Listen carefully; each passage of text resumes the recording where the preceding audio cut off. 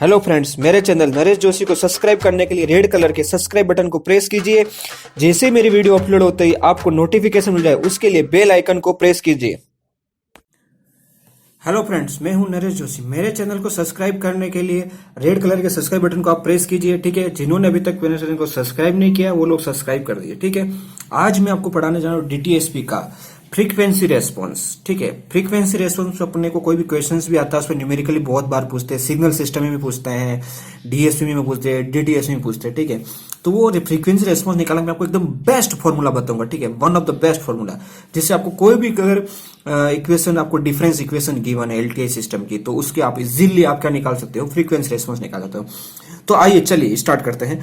LTI system represented by difference equation. मैंने आपको बताया है कि जो एलटीआई सिस्टम की डिफरेंस इक्वेशन क्या होती है, y of n is y of n plus k of summation of k is equal to 1 to n, a k y of n minus k equal to summation of k equal to 0 to m b k x of n minus के।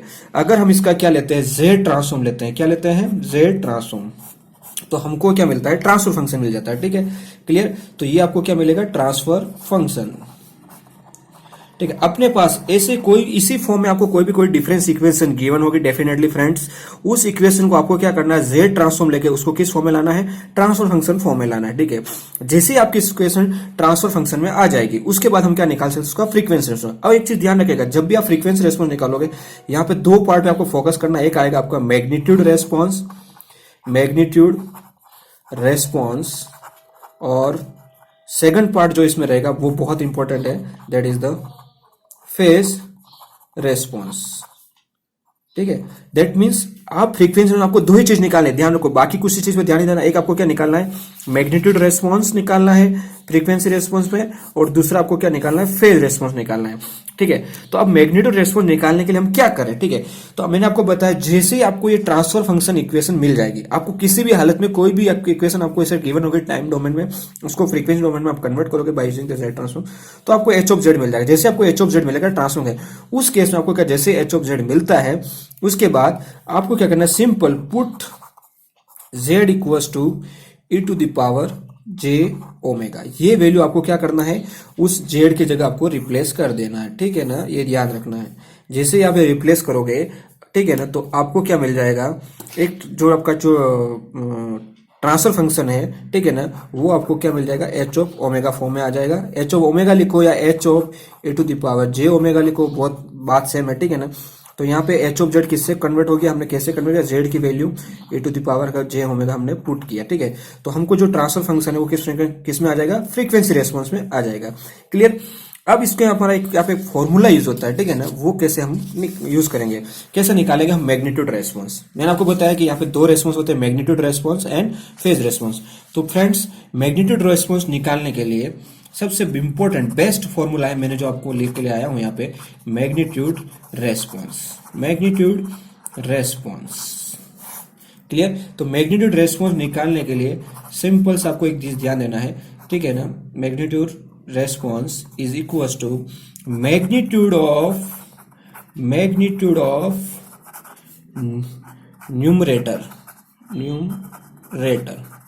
Numerator का magnitude निकालना है, उसके बाद upon magnitude of denominator.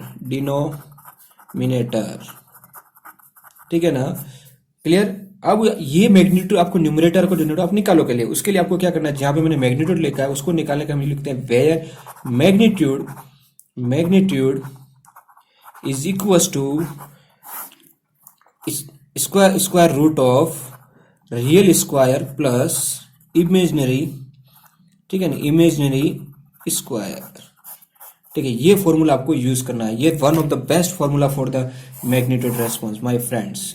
ठीक है ना, ये फॉर्मूला आप यूज करके आप कोई भी किसी भी ट्रांसफर फंक्शन का आप क्या निकाल सकते हो, मैग्नीट्यूड रेस्पॉन्स निकाल सकते हो। क्लियर। दूसरा, फेज रेस्पॉन्स। सेकंड चीज आपका क्या आती है, फेज रेस्पॉन्स। ठीक है ना, फेज रेस्पॉन्स निकालने के लिए फेज रेस्पॉन्स, क्लियर। तो फेज रेस्पॉन्स निकालने के लिए आपके लिए पास जो फॉर्मूला है, फेज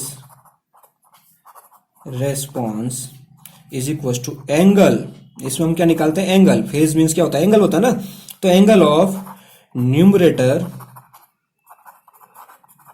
एंड माइनस, क्योंकि हम डिनोमिनेटर को ऊपर लेके जाएंगे, जब एंगल ऊपर जाता है तो क्या हो जाता है, माइनस हो जाता है। तो ठीक है, तो angle of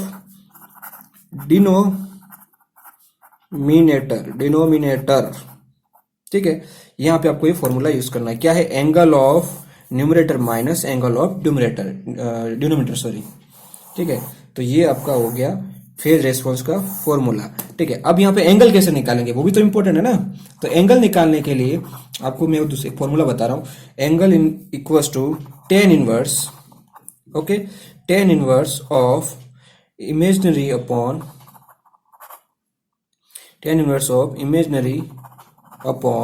real, clear, imaginary upon real for real is greater than 0, ठीक है। और second case, angle equals to tan inverse of imaginary upon real for real is less than 0, clear. तो ये फॉर्मूले आपको यूज करना। बेसिकली मैक्सिमम टाइम मैंने अभी तक देखा है हम यही फॉर्मूला यूज करते हैं, क्योंकि हमारा ऑलमोस्ट ग्रेटर देन 0 के लिए ये फॉर्मूला यूज होता है। तो आपको ये फॉर्मूला यूज करना है। ये दोनों फॉर्मूले यूज करने से आपको क्या मिल जाएगा, फ्रीक्वेंसी रेस्पॉन्स मिल जाएगा, ठीक है। फ्रेंड्स, मेरे ख्याल से आपको फ्रीक्वेंसी रेस्पॉन्स समझ में आ गया होगा। मैंने आपको बहुत अच्छे से दो बेसिक फॉर्मूला उस फॉर्मूला को जाएगा, बाकी आपको इस भी दिमाग में रखो, आपको मिल जाएगा फ्रीक्वेंसी रेस्पॉन्स, ठीक है। थैंक यू फ्रेंड्स, जिन्होंने मेरे तक अभी चैनल को सब्सक्राइब नहीं किया है वो सब्सक्राइब कीजिए। आपको ये वीडियो मेरा पसंद आया तो उसको लाइक कीजिए और ज्यादा से ज्यादा इसको शेयर कीजिए, ठीक है। Thank you very much friends.